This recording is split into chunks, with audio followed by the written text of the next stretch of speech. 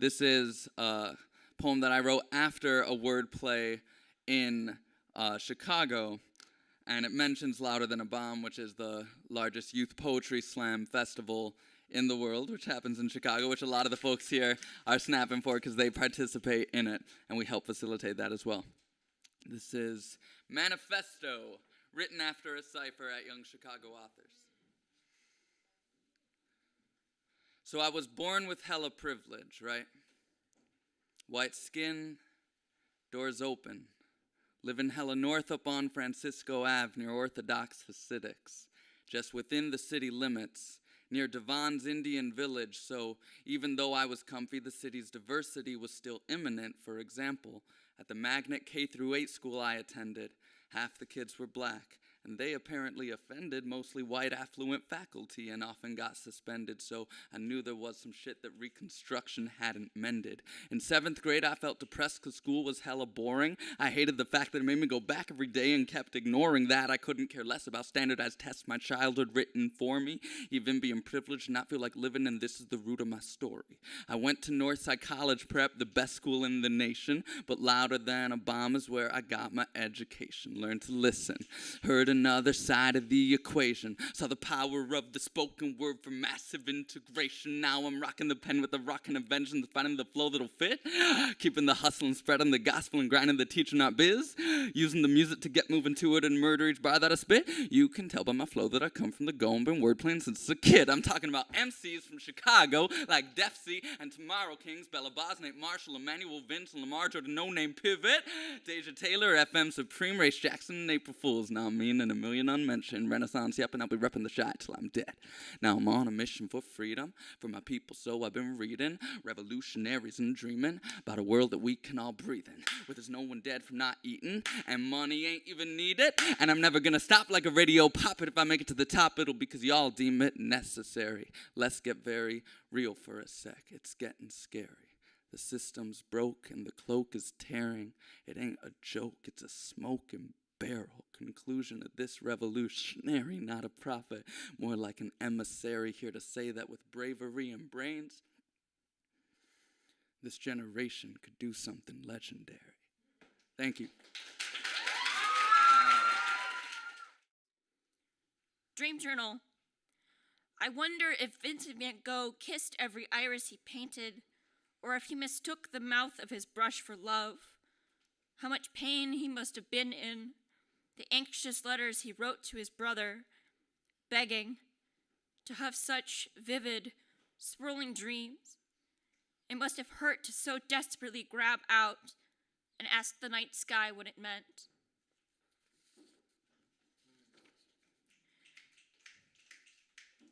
Prince Rogers Nelson is dead. Minneapolis planted violets in the summer and expected the satin blossoms to return again the following year.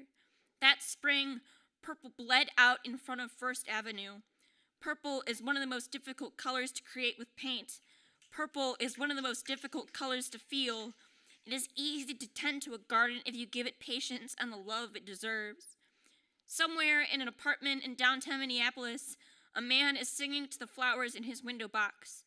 Minnesota is an artist cleaning off his palette in a hollow-walled studio. Minnesota is a gardener now with colder hands. Watch him remove his gloves, rinse his brushes, lift the needle off a record player spinning in the corner of the room, and stand listening to the traffic. Thank you. So the prescription for this particular poem, because one of the things that we usually ask when we have the different features come in is, you know, what were you thinking of, or what place do you go to for a particular poem? For this one, imagine on the right computer, you're listening to all the amazing poems that these guys have done, and you're trying to pick out little pieces for public service announcements that you're going to put on the radio to show how awesome they are. And on this monitor, you're watching the results of the 2016 election start rolling in. That's where this comes from.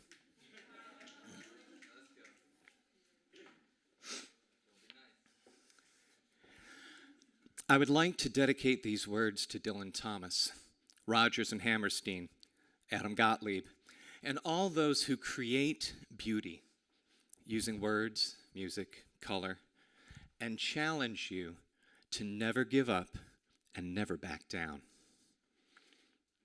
How do we support the beauty in this world when so many seek to tear it down? Some people wonder at the beauty and intricate detail of the butterfly's wings, while others merely wish to rip them off to see what happens when a creature dies. Some people admire the grace and holiness of the human form, while others merely wish to control it and take what is not theirs without even asking permission. Some work to ensure that everyone can taste of and share in the ambrosia of nourishment, while others desire to build a wall and stash it all in their own backyard, stuff it in their pockets, laugh at those who are starving at their feet. I have been called an N lover all my life, an enabler of the gay mafia, an idiot for not realizing that the Mexicans want my job, the Muslims want my life, the lesbians want my wife. Everyone who doesn't look like me, sound like me, think like me is trying to steal or destroy some mythical endowment that only I and a chosen few are entitled to. I do not understand the language of division, the policy of hatred. You have to be carefully taught, and I praise my parents that I was not. But how can we bear it when so many others see only the divisions, the white and the black, the straight and the curve, the us and the them, and confuse the evil with the good, the truth with the lie, the joyful existence in community with our brothers and sisters with the pain of isolation, throwing fireworks in the air, with throwing rocks at mirrors of ourselves? How do we support the beauty in this world when so many seek to tear it down? Perhaps we must be the beauty in this world. Maybe all the rocks that the haters use to hurt others can be turned into skipping stones to fly across their sea of hatred and fire, and perhaps smack a little sense into them. The pen is not mightier than the sword. The pen is the sword that can strike millions simultaneously and bring the reason of dawn into the bleakness of a dark night. The shrieking of fear and loathing can be brought into the chorus of the singing of the galaxies, tuned and turned, touching the hearts of the tormented until they come to realize that their pain isn't soothed by screaming at imaginary enemies from behind the supposed safety of their artificial walls, but by joining their voices to those of us already singing together. There is no shame in holding hands and singing Kumbaya.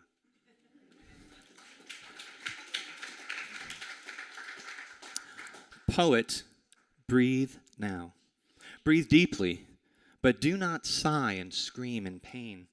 Musician, use the minor keys, but do not slam down the instrument in discordant cacophony.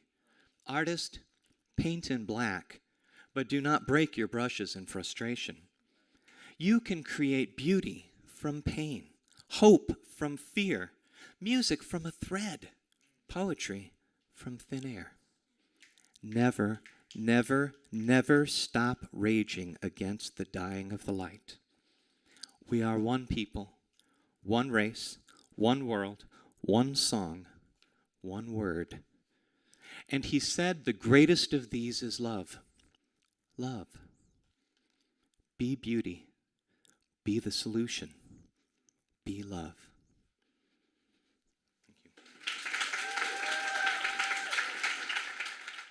This piece I wrote for Flint, Michigan, so it is called To the Brothers and Sisters of Flint, Michigan. I am sorry. I know that is not enough. I hear they are making you pay for water as though that is what truly comes out of your pipes. I hear they knew for longer than we ever could have. I hear they can threaten to take away your growing families if you do not put up with it. I hear they ask you to put up with it. I hope you don't.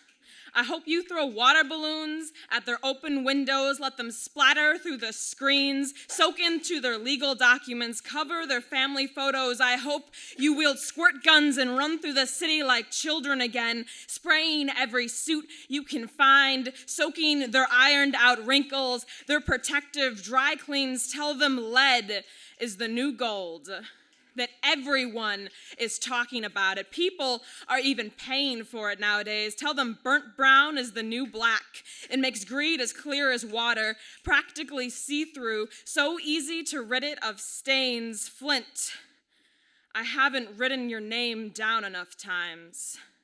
And I know we will never be able to speak of you enough, never find the right number of times to say your name over dinner, in passing, as loud as we can. And now talk of the elections has overshadowed you.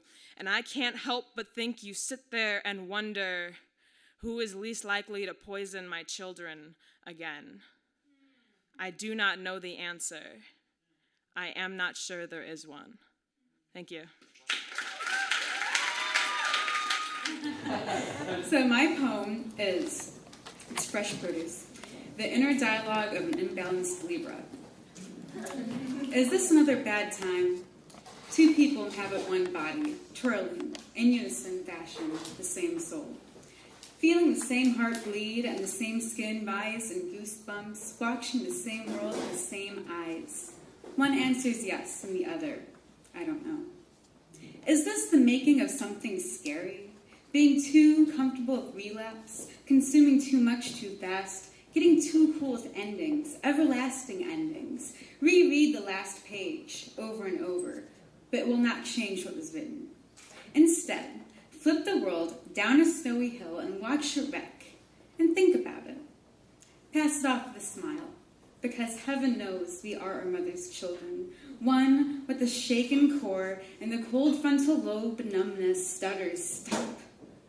And the other says, perhaps. How long is temporary? Pushing just over 22 years, 13 days, one regretful morning, 365 chances in a year, two people continue to wait quietly before continuing. Is there such thing as stopping? One hesitates before failing to answer, and the other says, you tell me. Old habits die hard, the other points out. Too much emphasis is put on the death rather than the haunt. The other continues. Rather than the thing that lightly lingers, reminiscing everything what once was, and wondering about everything that will be. Rounding about in a perfectly full circle, and once complete, will be at the ready to spin again. Is that a good enough answer? One body, a map of thousands of paths, some of which have been traveled and many have yet to be found, and others that hold no trespassing signs, millions of footsteps printed by two souls, footprints which, every so often, stray away from the path. One says yes, and the other, I'm glad you agree. Thank you.